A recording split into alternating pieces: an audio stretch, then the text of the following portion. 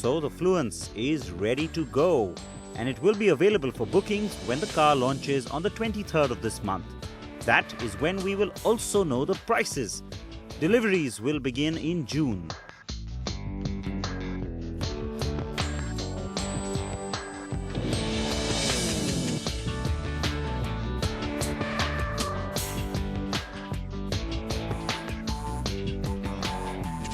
I had driven the diesel Fluence in Paris before, remember?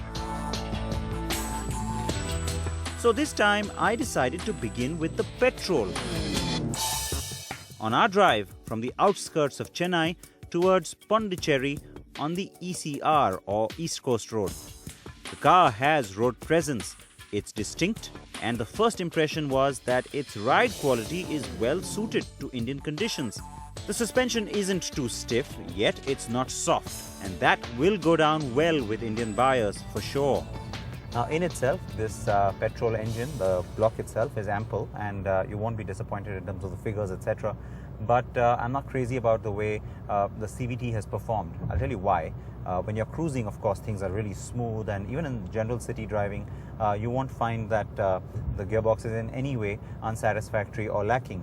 But initial pickup, if you want to sort of get a burst of speed when you just take off, you want to do it quickly for whatever reason, you might want to overtake very quickly on the highway, that's when you feel that there's just a little bit of a sluggishness. Downshifts are a little sluggish too, and even the gear ratios themselves, they're just a little too long, and so you sort of get a sense of impatience when you try and really throw this engine into a sort of a performance-oriented drive. And so that's the part which I feel is a little bit lacking. How many drivers will really get to feel that? Well, in regular conditions, the kind of driving that we all have to do, not a whole lot. So it's not a huge disappointment, but that's just something I expected with a new CVT. Otherwise, of course, it is a very smooth drive, like I said. And well, the diesel, you've seen that on the program before, but we will tell you a little bit more about that in just a bit. So the CVT gearbox, which should have been a USP, is frankly a disappointment. One expects much more these days, and while the automatic is comfy and easy, it's not at all fun. Especially when you consider the nice big meaty engine that Renault has put into the petrol Fluence.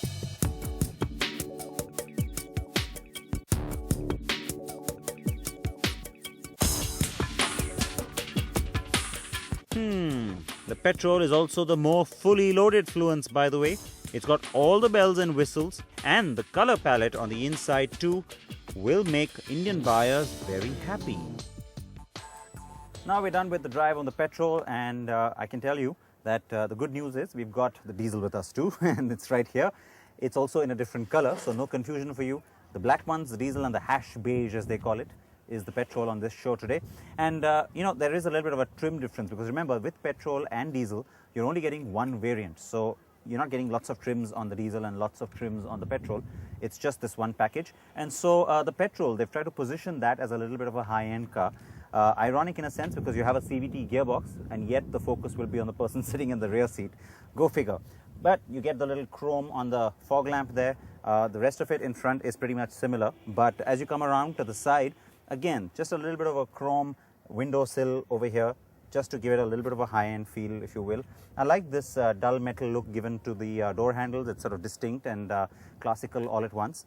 And as you come around to the back, up front as well, you get this sense from the car that the stance is a little bit raised. I mean, it's just the styling itself. The design is such that the headlamps, they sit a little high up. There's a nice sort of accentuated indent for the headlamps, again, high up in the bumper. So the overall impression is that the car is sort of ready for action. It's a little bit raised. And, in India, especially in the Indian context, buyers always worry about things like ground clearance. So visually, this car won't give you that worry of being perhaps a little bit low like some of the other sedans are. At the back, especially, you get that raised feeling. And, there's also this one little difference between the two cars. You've got this little side body molding. It's pretty prominent and pretty distinct and very French in that sense. Well, that's body colored on the petrol, and it's matte black on the diesel.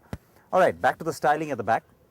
And remember, I told you this from Paris as well. I like the tail light treatment. It's the one distinct feature of the car if the face wasn't distinct enough already. And The Renault badge, nice and prominent. The name Fluence, nice and prominent. I like that too because, this is the first product from Renault in India and they want people to notice this car. This certainly will get noticed. The Renault nameplate down here though may not, because this badging is really tiny and almost sort of displaced. Not sure what they were going for over there. And lastly, there's also chrome. There's a little bit of a strip here just above the license plate, which of course is only on the petrol too.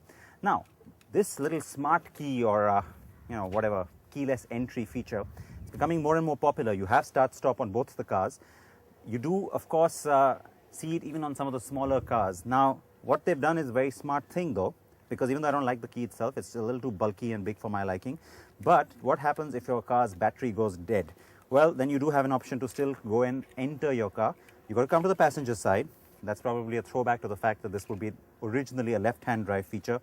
Pull out the little inserted key, and then you've got to stick it in down here, and this little panel comes away, and then all you have to do is use the regular key unlock feature, and there you go. You can gain access to the car itself. Now, since I have opened up this car, I want to quickly also show you the petrol has leather seats. It also has this little sunscreen feature, which is again becoming more and more popular. So again, if you're sitting at the back, you can pamper yourself. There's one for the rear windscreen too. And that's about it. You also get rear AC vents on the petrol version, which you don't get on the diesel. NDTV's cricket app, Android and iPhone, fastest scorecard, special analysis, and much more. Download free. ndtv.com/apps.